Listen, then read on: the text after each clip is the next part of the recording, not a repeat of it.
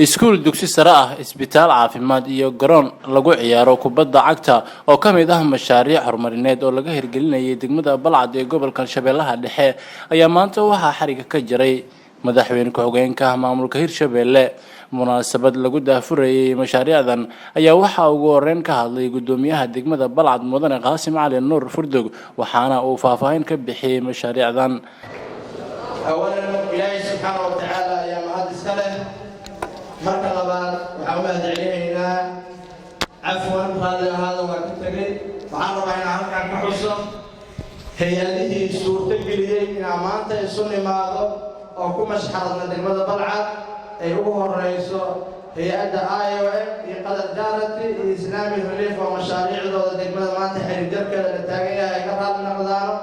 وما هي المعامل لكن فرحتها أنا قبضت معايا لي ما أنت وحين نقطة هاي مالين قالية مضن إن لحصة مضن إن تاريخ ذلك بشر وعربا إن هذا سيقولي وسلامه طريقها إذا ماذا بدأ دول الجولات الشباب عثمان محمد محمود اسمان حاضري وعربا كمان برشد ربع عدي مرحبا أبو سلامه وسلامة الإسلام خبر الله السلام عليكم ورحمة الله تعالى وبركاته وعربا إن هذا كان نصيب هذا ما دام إيمان تجوها مدرسة ونوقف صعدته دور الجولات في الشباب وقامنا بالحوين كحيان كينا على عبد الله حسين على بود لابه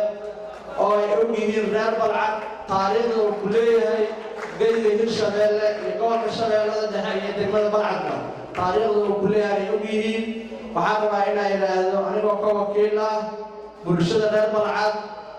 oo isku duuban inay ilaahdo madaxweyne adiga iyo wafdigaada ku soo dhawo degmada Balcad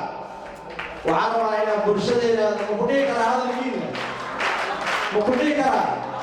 madaxweyne soo dhawaaw golaha wasiirada baarlamaanka ku soo dhawaada degmada Balcad oo ah furihii Hirshabeelle inta aaminsanahay maxay yeelay waxay xariiraysaa caasimadii dowladda federaalka Soomaaliya iyo caasimadii dowlad goboleedka Hirshabeelle وهالبولها هالشبيلة وهالبولها وقت الصومالية وعرفنا هنا إلى هذا وعوما هدعينا مظهر الدولة في الشبيلة أيوه والريان مدحوينها مدحوين بحيرين قوماتنا للجوي يقدون كبارلمانك قولها وزيرده يبارلمانك محيالي حتى يسان أيها قولها هي المشاريع لمن يرقل هي xildhibaan xasan maxamed xaaji oo ka mid ah baarlamaanka Hirshabeelle iyo gudoomiyaha gobolka Shabeellaha Dhexe Mudane Axmed Meere Makaraan Axmed Faal ayaa sidoo kale ka hadlay munaasabadan daafurka mashaariicdan waxaan rabaa laba walaalo ah oo isla dhashay ayaa midna naftiisa waxba laga weydiin midna adduunyadoo dhan ayaa wax laga weydiiyaa waxa yeelayna inay tahay aqoon aaminsana waxaan rabaa mudane madaxweyne ummadana Balcad waa dad dawlad jecel waa dad horumarka hiigsada waxaan rabaa inaan maanta iraahdo waxaad haysatiin sharaf waxaad haysatiin aqoon waxaad mutacallim u tihiin da'yartiina soo baxayso mustaqbalka birri dal dumay dalka hadduu dumo waxa laga saxaa waa aqoonta iyo darajada ku timaada waa jaamacadaha iyo iskoolaadka haddaysan ummaddu cilmi lahayn meel lama gaarayso waxa muhiim ah ummaddu cilmiga in laga dhiso waxaan rabaa inaan hadalkayga maanta farxadda iga badatay haddii aan haysano iskool caalami ah oo maanta qadar jaalaji ee inta ka hirgelisay oo aan weli mashruucan 90kii ilaa iyo 2019 aan joogno weli Balcad kama hirgelin waa mashruuc isdhan waay walow iyagana dhax ku soo jiraan ma qaana nasiib daro inay soo gaari doonaan in kale iyagana way soo socdaan oo hadda carafaagan soo gaarnay igu yiraahdeen waxaan rabaa mudane madaxweyne taas waxbarashada markaan intaas uga gudbo maanta waxaan rabaa inaan halkan koow uga mahad celiyo guddigii isbitaalka guud ee degmada Balcad waxa xaqiiqo ah waxa ay maanta qabsadeen ama ay badbaadiyeen inay tahay waa waxay iyagu leeyihiin mudane madaxweyne waxaa gashay derbigaas aad arki doonto oo 4 meel ka wada shuban $117,642 boqolkiiba 20 bulshada la baxday انت انت كلام أنا الدين يدقي بوطن وحشرف إيه أمانك إن هويلي إيه ولاشي إيه قرابلي إيه أنت الدجمة كل بتوني إيمانك إيه هالشيء إسبيتال وحن ربا إن أنت أجمع هاليوم جبر جرماني دجن وأصل أحمد اللي يراو وبقول عنق وأروان أو سكول كان كترسل فيجا كديمتو إسلام كان قلب كإسبيتالك أنا جي قبل لقاده وأصلا صوت وحن ربا مدن مدحوينه ومدن aragtidaada waa u oomanayd odayaal dhaqankiya ku wada sugaayo deegaankii oo dhan ku wada sugaayo waxay naqatay in muddo 3 sano ku dhawaad ay say u lahaayeen madaxweynaha ama xukuumadeen imaan doona maanta ilaahay amarkiis si sharaf leh nabad leh ayaa deegaanka ku fadhisa waxaan rabnaa mudane madaxweyne wax kasta oo loo baahnay gudoomiyaha degmada iyo maxaan ku raad ogaaska intaba way ka hadleen laakiin maanta inaan dib u socono oo aan niraahdo maxaan ku raaday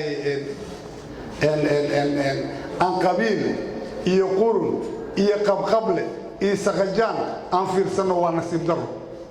mudane madaxweyne ummadan fikirkaaga u ooman tahay dadnimadaada u ooman tahay aragtidaada u ooman tahay waxay u ooman tahay in maanta ummadan ay hore u socoto ummadda reer balcad waxaan u maleynaa raalli ahaada ummadda reer balcad waa dawlad jecesha xaqiiqo ma jecla al-shabaab hadday jeceshahay toosay ugu soo fidnoodi lahay laakiin wax u kaalmeeyey la'yi wax u kaalmeeyey laakiin maanta waxaan rajaynayaa inay ka baxeen waxaan u maleynaa waa ku dheeraaday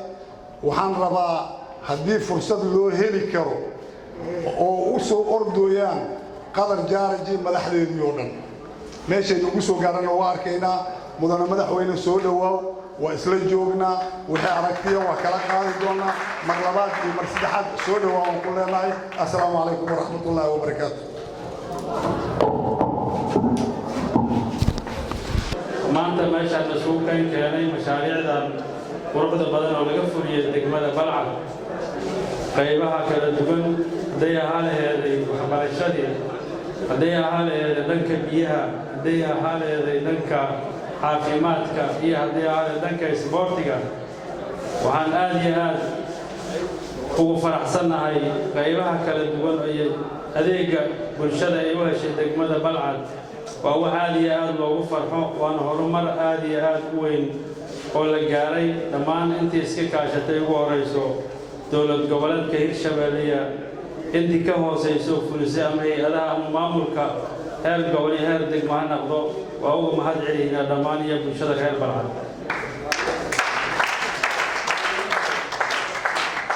waxaan leenahay barnaamijkan ka shaqeeyay aad iyo aad aan idinkaga mahad celinaynaa waa xiriir iyo mahad celin waxa meesha yaalo wax kaloon maartay ka sheegno oo badan meesha ka muuqdaan laakiin waxaan rabnaa hadduu ilaahay yiraahdo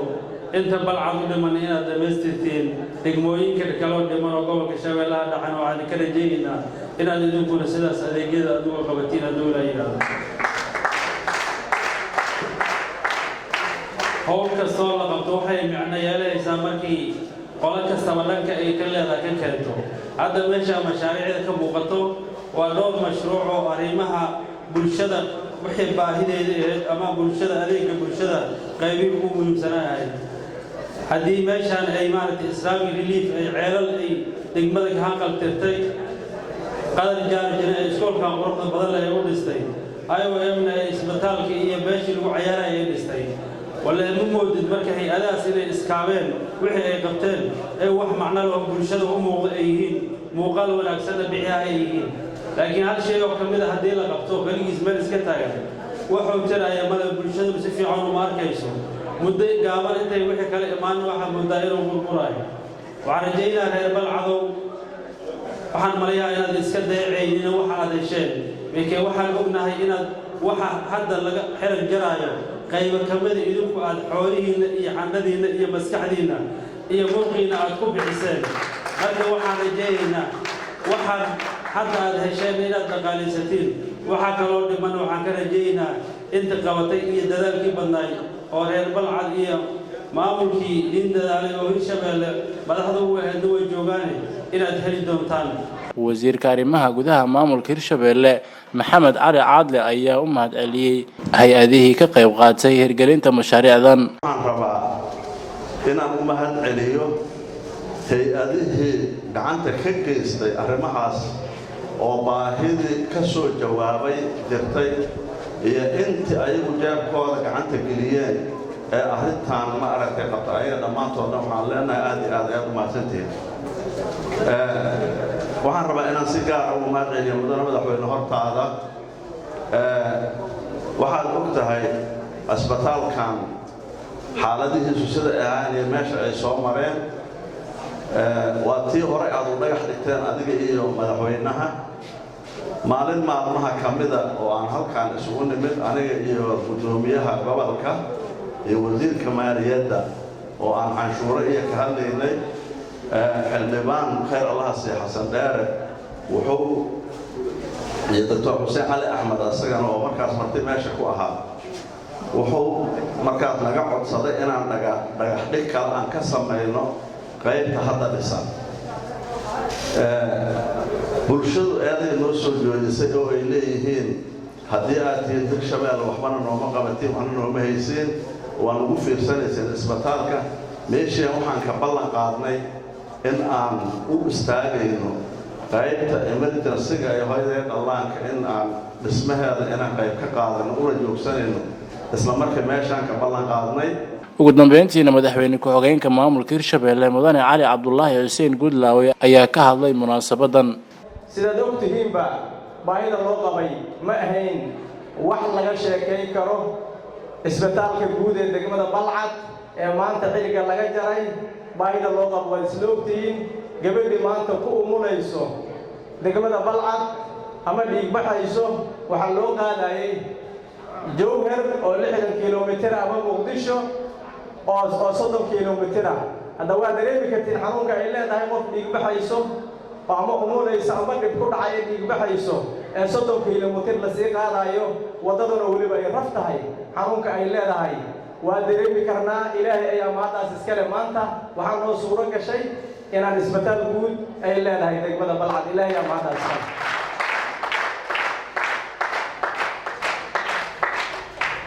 waxaan rabaa inaan uga mahadceliyo cid kasta oo horumarkaas gacan ka geysatay.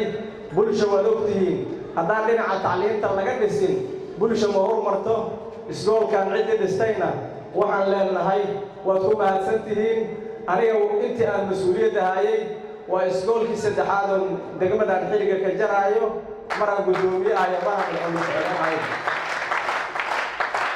ilaahay ayaa maantaas iska leh. waxay ku tuseen bulshadu inay tahay bulsho ilbaxa, bulsho horumarka jecel, bulsho isku duuban, maamulkeedana garab taagan inay tahay caddayn u tahay. Axmed Maxamed Shukur Axmed Socdaal, Dalsan TV, degmada Balcad, gobolka Shabeellaha Dhexe.